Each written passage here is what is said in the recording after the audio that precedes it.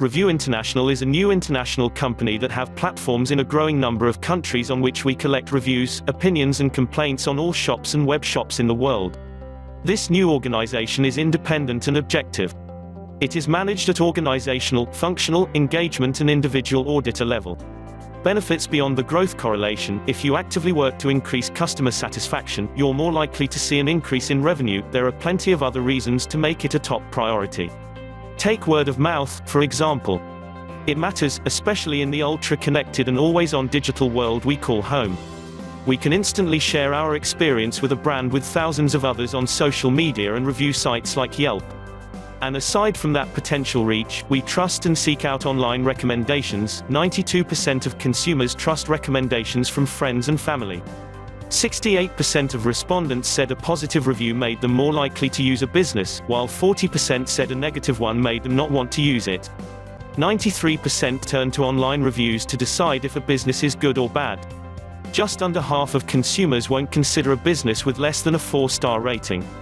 34% read 4 to 6 reviews before deciding to trust a business. Word of mouth is listed as a key influencer for 74% of consumers. Facebook and Yelp are the two most trusted review sites. That's a lot of potential goodwill and positive publicity. But it works both ways. 60% of consumers share a bad experience with others, and they tell 3x as many people, compared to only 46% who share the good ones. The takeaway? You'd better do your best to ensure each customer interaction is a positive one. If you don't place a premium on relationship marketing and customer satisfaction, you won't be aware of problems or complaints until it's too late. As the saying goes, you can't manage what you don't measure.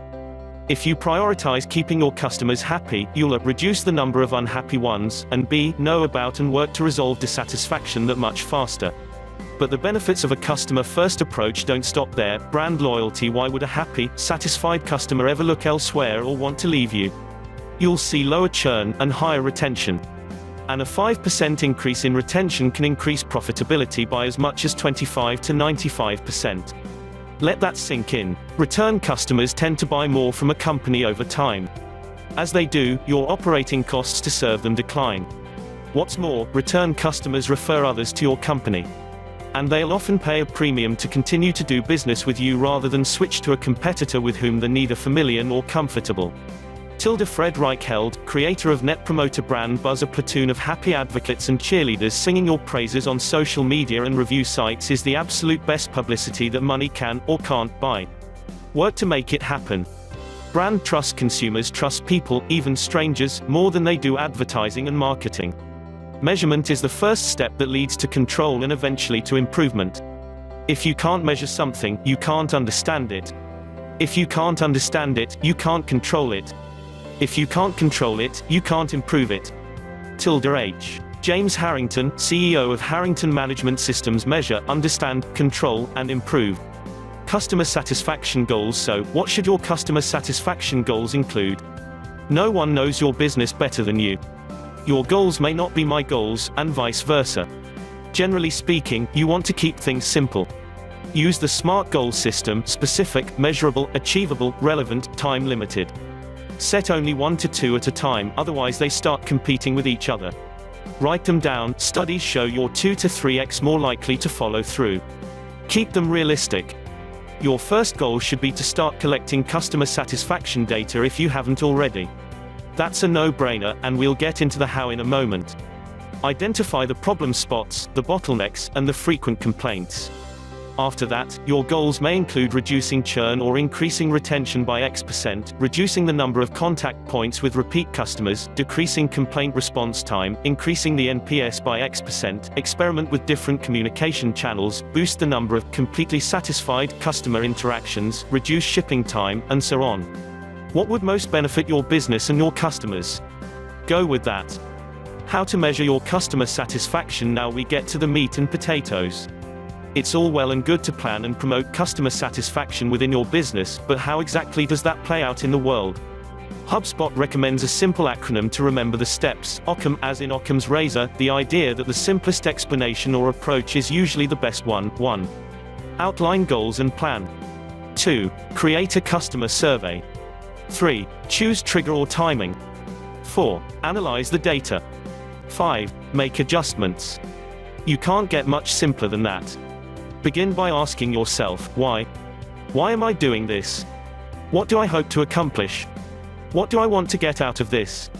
A customer satisfaction survey is one of the easiest and most reliable methods for getting a snapshot of satisfaction levels around a particular element of your business, your products, your complaint resolution, your customer service, and so on.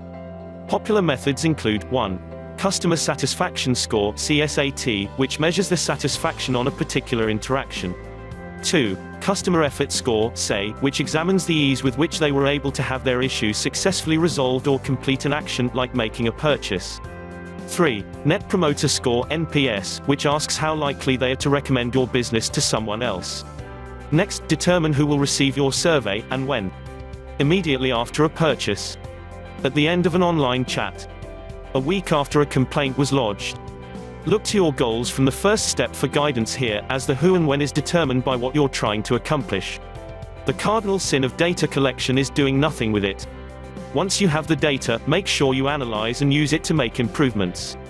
Otherwise, you've wasted everyone's time and effort. Some methods are easy to analyze. NPS is simply the percentage of detractors subtracted from the percentage of promoters, while others are more complicated. Many customer satisfaction tools have built-in analysis as part of the service. If not, a quick online search can provide dozens of tutorials and how-to guides. Surveys with a single question and a multiple-choice answer are typically best, but don't be afraid of longer ones with open-ended questions. They require more effort in both creation and analysis, but they also provide deeper and more varied understanding. You get what you put in. Once you have some insight, use it. Make adjustments. Unclog bottlenecks. Remove friction. Make it easy and convenient for your customers to get what they want and do what they need to do. Visit reviews-international.com and leave your honest review.